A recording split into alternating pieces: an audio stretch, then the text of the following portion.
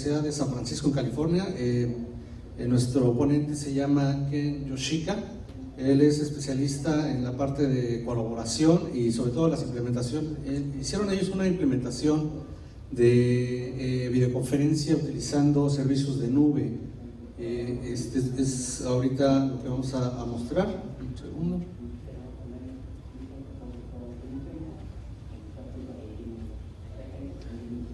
Hola, ¿me escuchas? ¿Aló? Hello, yes. Can you hear me? Yes, I can hear you fine. Great. Could you please start your presentation? Wait a second. All right. Buenas tardes, Yucatan.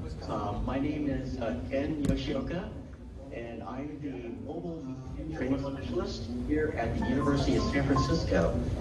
And I've been working here for about 16 years, and what I do is I handle training and development for faculty, staff, and students in pretty much, am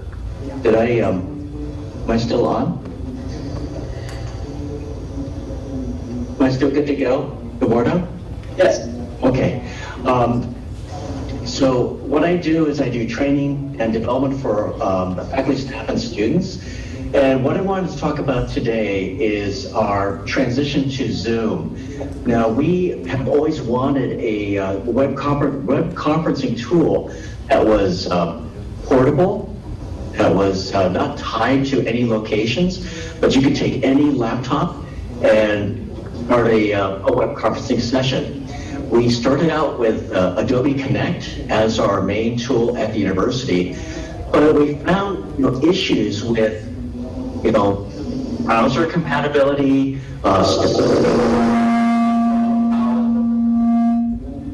how audio was. So we took a look at Zoom and found it a much better solution. We actually did a pilot with WebEx, GoToMeeting, Adobe Connect, BlueJeans, and Zoom. They found Zoom to be just a much more stable product. One, it doesn't depend on the browser. There's an application that's installed on a Windows machine, on a Mac, on an iPhone, on an Android device. All of them have apps that you could connect and host a meeting or join a meeting. It just made it much, much simpler to use. It just has great functionality. I think the video quality is much better than what we had in Adobe Connect.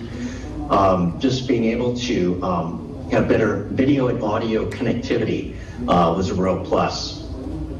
So that's what kind of drove us to having a cloud type of service, just having it portable and flexible for us. One of the other things that I wanted to talk about were, the challenges.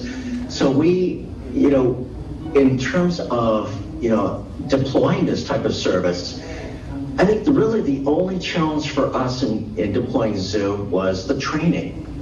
We have a site license, so everybody who's at the university gets an account. But there's a little process to doing that. So we do training for it. Anybody who wants an account, we provide training. But I found that wasn't enough, so I created a document, a quick start guide, to help people activate their account, download the client, and sign in for the first time. And I found that the more that people knew about getting started, it just made using it much, much simpler. And I think that was the main challenge. The other parts of it, like just using it, I think it's very intuitive. We had some documentation written up just for the basic functionality, and that usually got people going. It was just that simple. We didn't have to worry about any web plugins, Java, Flash, Silverlight, anything like that. It was all self-contained in the application. So those are the challenges. Training. Now, there is one functionality that we really liked, especially the academic community, and it was called the breakout rooms. So someone could host a session, and say if there was a session with it was like an online class, and you wanted to have all 15, 20 of your graduate students in the meeting, but you wanted to break it up into small groups, you could. And so the host could select manually all the different students that are going to be going into the groups, 2s or 3s, however many you wanted, or do it randomly. And each group would be separate.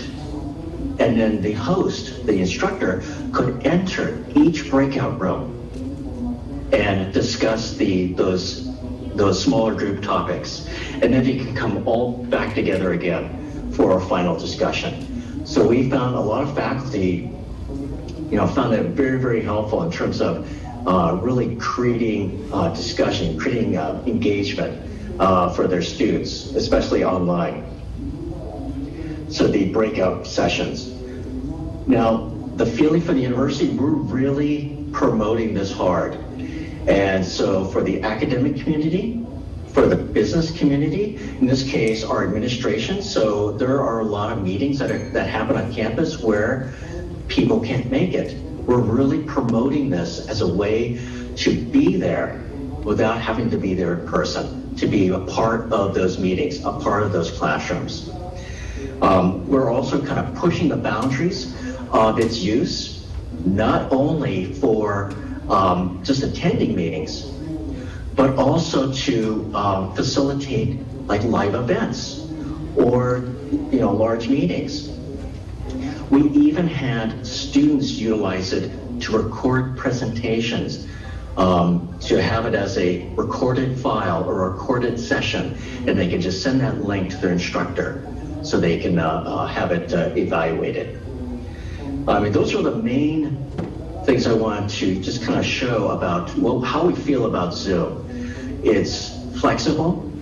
I think it has a lot of potential beyond just the basic video conferencing. And my job here with Zoom is to really expand its functionality, expand the possibilities. And it's been very, very exciting for me to learn myself some of these, just by pushing the boundaries of web conferencing. So I just wanted to stop right there. This gives you a taste of what this tool does. And I wanted to see if there were any questions you had for me regarding Zoom.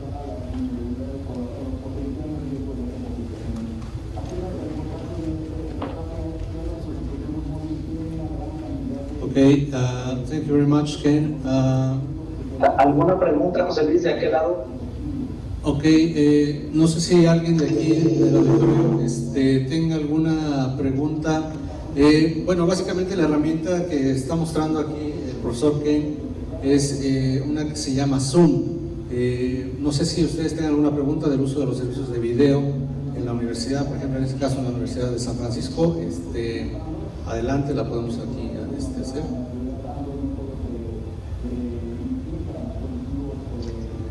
Ok, muy bien. No, Eduardo, gracias. No questions, Dr. Ken. Thank you very much. We appreciate your participation. Thank you very much. Okay. Well, thank you for having me. Thank you. Gracias, Eduardo.